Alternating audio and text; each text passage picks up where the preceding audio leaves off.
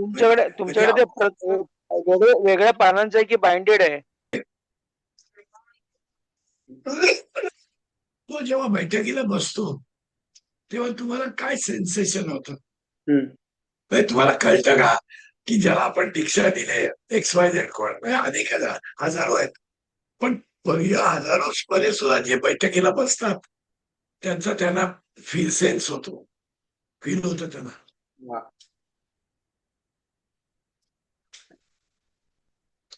आणि पुन्हा मी तुला आता पाहतो आणि म्हणजे तनेनं जे कोणाला फील म्हटलं होतं काका? काय काय वसवत आहे मगाच सांगा ना, कोणाला फील होतं, मला कळला नाही महाराजांना फील संदर्भ होतं. तो. कोणी साधनेला बसलं की त्यांना कळतं असं. असं बरं, असं हो. बरं. अरे बापरे, म्हणजे हे आपण मोठंच आहे खूप. म्हणजे काय वसवत आहे बोलायचं गरजच नाहीये काही. वितराग आपण उत्तम म्हणजे तेच आहे ना. म्हणजे आपण म्हणतो आपण बैठकीला बसतो, पण आपण बसून जेव्हा प्रार्थना करतो तेव्हा त्यांच्या मनात आपल्या चित्ताचा विचार आल्यावर ते स्थिर होतं. नाहीतर इतर वेळी पाहिजे तेव्हा आपल्याला का नाही स्थिर करता येत? ते त्यांनी हो, खरंच आपल्याचा आहे, विचार ते नुसतं म्हणजे ते खरंच आहे. सांगण्यात ते ऍक्च्युली ते करत होते की आपल्या हम्म. चित्ताचा विचार केला की आपलं चित्त स्थिर झालं. तेवढा जेवढा वेळ आपण प्रार्थना करून बसतोय हो हो तोपर्यंत हो. स्थिर होतं असं. हम्म. वसवत आहे. आम्हाला सुरुवातीला असं सांगितलं गेलं ते गुरु महाराजांच्या वरून सांगितलं की गुरु महाराजांच्या समोर बैठक व्हायची. आम्ही करत होतो, गुरु महाराजांच्या समोर बैठक करतो, तुमची पण बैठक महाराजांच्या समोर व्हायला पाहिजे.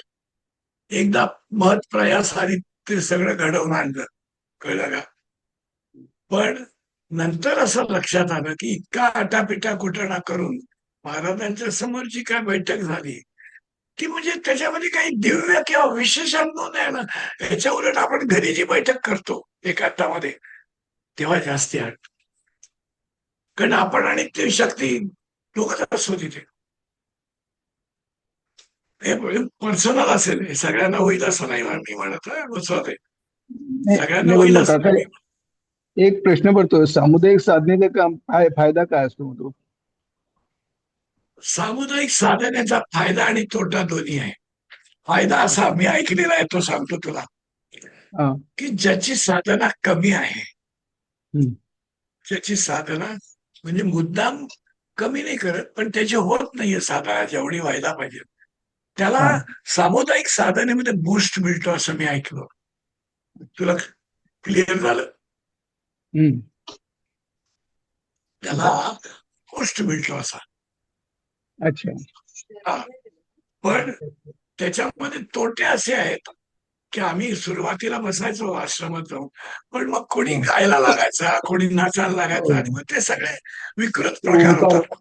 ओंकार म्हणायचे जोरात. हम्म. बस ते बघ, ओंकार हा मूलाधारातून एखाद्याच येतो, बाकी हो. तोंडानेच करतात सगळे. तोंडाने आणि मग सांगतो, बरोबर. त्याच्यात काही मजा नसते. अरे बरोबर. खरा साधक जो आहे तो एकांतातच बसून करतो बैठक. खरी गोष्ट, खरी गोष्ट. हा, बरोबर.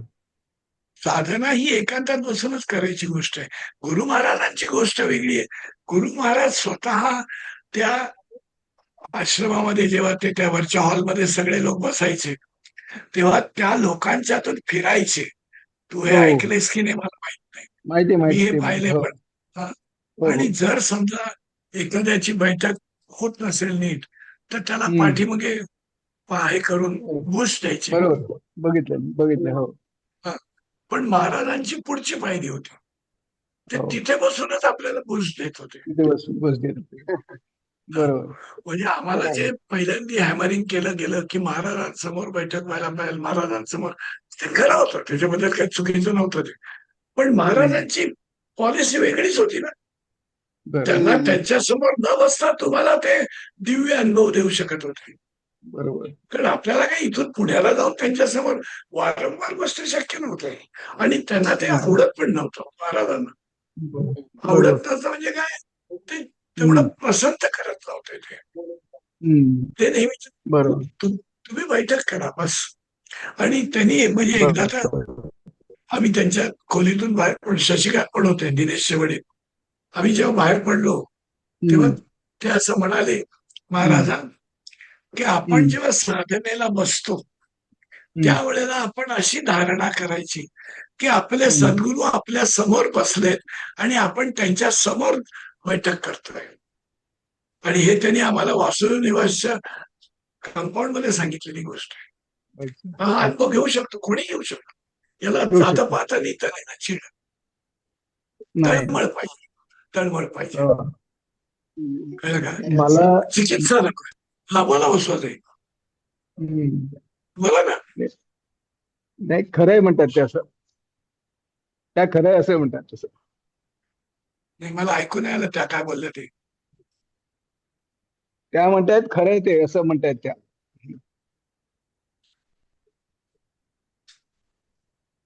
म्हणजे आपल्या समोर महाराज बसलेत अशी भावना करणं हे खरं आहे. हम्म. काय खरं काय आहे?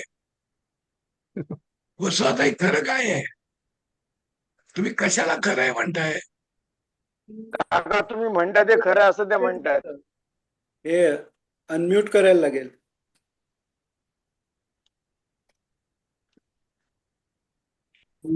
तुमचा माईक म्यूट नाही आहे. काका मी आता काहीच बोलले नाही, मी ऐकते नुसतं. हे मला काय वाटलं तुम्ही काहीतरी बोललात म्हणजे नाही सांगायचंय नाही तुम्हाला नाही काहीतरी. नाही नाही नाही नाही अच्छा नाही अच्छा. मी ऐकते. म्हणजे हे फारच मोठं आहे सगळं. म्हणजे महाराज समोर बसलेले आहेत आपल्या, ही भावना करणं सुद्धा खूप मोठं आहे. ज्या वेळेला आपण पण साधनेला अशक्य बसतो नाहीये. त्यावेळेला अशक्य वसुताई नाहीये. अशक्य नाहीये ते. नाही अशक्य नाहीये. त्याचं कारण असं आहे की आपल्याला जरी आपल्या गुरूंचं सतत स्मरण नसलं, मी लक्ष एक एक शब्द काळजीपूर्वक वापरतोय, हो. तरी गुरूंना आपली आठवण सतत असते. हा मोठा ऍडव्हान्टेज आहे त्याच्यामध्ये. आपण त्याची किंमत देत नाही ना त्याला. आपण त्याच्याकडे लक्ष देत नाही. आपण म्हणणार आहे महाराज कुठे आहे आणि आम्ही कुठे आहे आणि काय आहे, हे चुकीचं आहे सगळं. म्हणून बरोबर. महाराजांनी कधीही एनकरेज केलं नाही कोणाला समोर बसून बैठक करायला. आम्हाला एका ग्रस्तानी खूप इन्सिस्ट केलं होतं, तुमची महाराजांच्या समोर बैठक व्हायला पाहिजे महाराजांसमोर. पण नंतर त्याच्या आग्रहाखातर आम्ही एक दोनदा बसलो, पण तसं काही विशेष जाणवलं नाही. पण याच्या उलट आपण घरी जेव्हा बैठकीला बसतो त्यावेळेला मात्र खूप चांगलं समाधान वाटतं. मी म्हणजे अनुभव म्हणत नाहीये, मी अनुभव ही फार वेगळी गोष्ट आहे. अनुभव म्हणजे काय रे? अनुभव म्हणजे डेफिनेशन फार वेग आहे फक्त. कळलं का? त्याच्यापेक्षा महाराजांनी कधीच एनकरेज नाही केलं. तुला एक साधा प्रसंग सांगतो. महत् प्रयासाने प्रभुदेसाईंच्या सांगण्याप्रमाणे आम्ही सगळे आपल्या वासुदेव निवासमध्ये गेलो आणि आदल्या दिवशी त्याच्या आधी महाराजांना अपॉइंटमेंट घेतली होती. महाराज त्यावेळेला वर्तकवाड्यात राहत होते. त्यांना विचारलं होतं की तुम्ही याल का, आम्हाला तुमच्या समोर बैठक करायची. ते म्हणाले महाराजांच्या समोर करा वगैरे, देवीचं सगळं झालं. पण त्या दिवशी शशिकांत नागले त्यांना आणायला 5 वाजता वर्तकवाड्यात गेले आणि त्यांना घेऊन ते 6च्या आत 5:30 पावणे 6ला आश्रमात आले. आम्ही सगळे आश्रमामध्ये तयार बसलो होतो.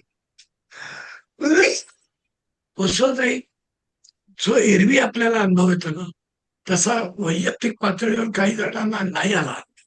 म्हणजे महाराजांसमोर बसण्याचा जो आग्रह होता तो चुकीचा होता असं नाहीये, पण ऍट द सेम टाइम तो आग्रह धरायची गरज नव्हती. कारण त्या महाराजांना आपण मर्यादा आणतो ना. तुमच्या समोर बसायचंय म्हणजे तुम्ही जिथे नाही तिथे तुम्ही नाही दिसत नाही ना डोळ्याने. हा फार मोठा फॅक्टर आहे ना त्यातला. हा बरोबर. फार मोठा फॅक्टर आहे. त्यामुळे महाराजांनी कधीच एनकरेज केलं नाही आमच्या समोर बैठक करा. गुरु महाराजांचा असेल, कळलं का? त्याचं होतं. बरोबर. हा. मुजुमदार काकांच्या फॅमिलीतल्या मुलांची गोष्ट आहे. हम्म, फॅमिलीतल्या मुलांची म्हणजे त्यांच्या नंतरच्या, म्हणजे आमच्या पिढीतली मुलं ती. तर हम्म, ती दोघं लहान होती आणि महाराजांना दीक्षेसाठी प्रार्थना केलेली. तर दिवस वगैरे सांगितला, हे परत खामगाव का अकोला जिथे कुठे होते तिथे. तर त्या अकोला. लोकांना अशी कल्पना की महाराज दीक्षा देणार म्हणजे महाराज येणार, डोक्यावर हात ठेवणार आणि ही पोरं बसली. तर महाराज आले, डोक्यावर हात ठेवला, दोघांच्या त्या मुलांच्या डोक्यावर अक्षता टाकल्या आणि अक्षता टाकत टाकत गेले असे. आणि ती मुलं बसली असतील 40 मिनिटं, तासभर काहीतरी बसली. मग त्या आई वडिलांनी विचारलं साहजिकच, काय आहे, काय झालं? बोलले, नाही आलेले ना महाराज, दीक्षा दिली. तर ही लोक हसायला लागली, म्हणजे त्यांचे काय असे कसे महाराज येतील. ते म्हणाले, नाही नाही महाराज आलेले, असं डोक्यावर हात ठेवला आणि अक्षता. आणि मग त्यांनी पाहिलं तर डोक्यावर टाकलेला अक्षता पसरलेला, तशा त्या दोघांच्या बाजूला अक्षता पसरलेल्या आणि मग अशा बापरे. अक्षता पडत पडत पुढपर्यंत गेलेल्या. हो. म्हणजे जे काका जे म्हणतायत ना, ते नुसतं दिसणाऱ्या शरीराचं बंधन त्यांना नाहीच आहे. म्हणजे आत्ता नाहीये असं नाहीये, पहिल्यापासूनच नाहीये. बरोबर. पण आणि ते ते सुंदर. ते असे रूप कधी घ्यायचे जेव्हा ते रूप घेतल्यामुळे काहीतरी पर्पज सर्व होणार आहे त्यावेळेला. उगेच मजा म्हणून करत नव्हते ते. बरोबर. पण हे महत्वाचा भाग आहे त्यातला. म्हणजे त्यांनी भा- असं दुसरं रूप घेऊन आपल्याला काही अनुभव दिला की त्याच्यामुळे आपल्या जीवनामध्ये काहीतरी जबरदस्त परिवर्तन होणार आहे. तर ते करत होते. तर ते करत म्हणजे होते, नक्की करत. त्या मुलांच्या जीवनामध्ये काहीतरी परिवर्तन महाराजांना घडवायचं होतं म्हणून आणि भोळा भाव ना, इतका सरळ. भोळा भाव नाही, भाव लहान भाव भाव ताई भाऊ महाराज पण म्हणतात ना. वसुधाताई होय. त्याच्या ती मुजुमदारांची मुलं होती, हे लक्षात ठेवा तुम्ही. हो हो हो हो. अकोल्याचे बरोबर. मुजुमदार. हा, अकोल्याचे मुलींना. बरं बरं. हा. म्हणजे त्यांना बाळकडूच होतं ते लहानपणापासून. हो बाळकडू. खरंच खरंच. तुम्हाला कल्पना आहे की नाही मला माहिती नाही कोणाला, पण मुजुमदार